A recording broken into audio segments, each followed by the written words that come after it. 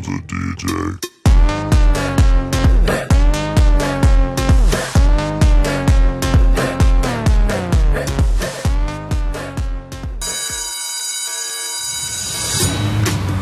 Hands up, hands up, hands up, hands up. I work at Moog Audio. I consider my job to be giving advice to people depending on what level they are to provide them with the right equipment for the level they're at.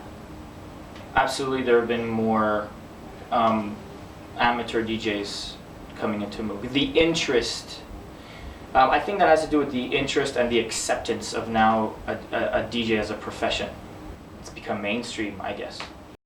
My gardener is the DJ, my driver is the DJ, my pool guy is a DJ. Is everyone a DJ? I got into DJing when I was a sophomore in college. You know, I had one friend who kind of knew how to DJ. He had just started and he didn't want to do it by himself, so I became the other DJ quickly, and I'd never really DJed until our first night. It was not really about the DJing in the beginning. It was really more about just like having this one night to ourselves that our friends came and hung out, and we just got really drunk. There are a lot of DJs out there that they say they're DJs and think they're DJs, but they're not.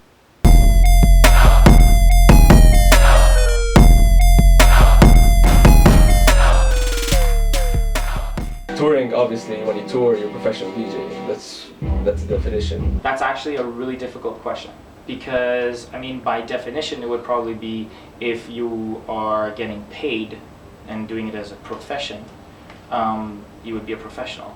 If you're an amateur at home, you're not making any money with it, you're an amateur. Although there are a lot of amateur DJs making money right now.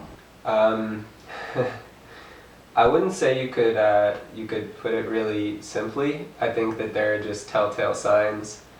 For one thing, an amateur is definitely somebody who is doing it for not the wrong reasons, but I guess less respectable reasons.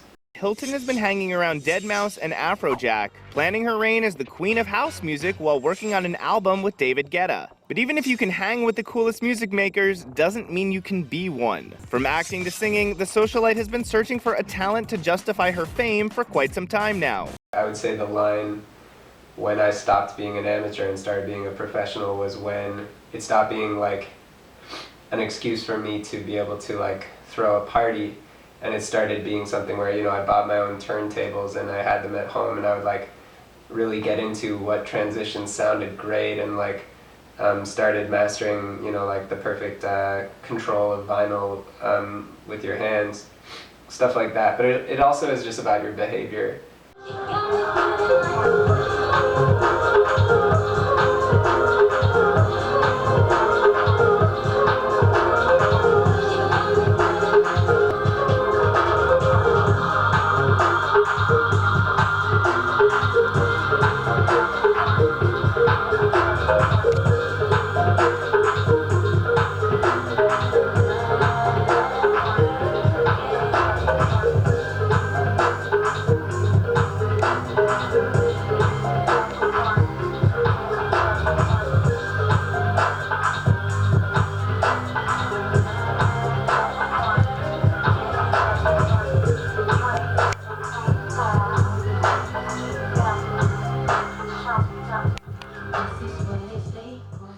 You just see the guys who like show up with their corny controller and just like, you know, pressing play and putting their arms in the air. Like, you see those guys get no real respect. So it's not really like one difference.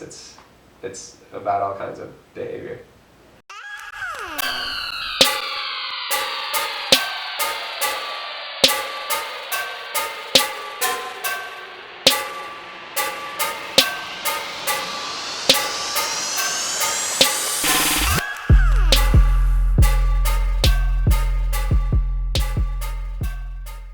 I think if I set my mind to it, I could try to become a bedroom DJ, the first step. No, not anybody can do it, but like at the same time they can if they like the music, if they practice, if they're passionate about it enough to actually go for the, like, not giving up, going to see like the live events, getting feedback from like seeing your friends, what they like, whatever. You start DJing, maybe you just start DJing, but you take it as a hobby. You don't really want to play at clubs or anything. Sure, amateur DJ, bedroom DJ. Yeah, and now it's more accessible. You have a lot of different softwares, the different hardware. You can always just buy something or even use it for free if you can. Yeah, just like mix around. You could probably get something out of it. Reaching for higher ground. The beauty of kind of learning how to DJ right now is that when I was young, you'd have to drop $4,000 to buy those 2 turntables and a mixer. Now you can walk into a store, buy a small controller, and use it with a laptop to simulate 2 turntables and a mixer, and you know, come up to at least a mediocre result.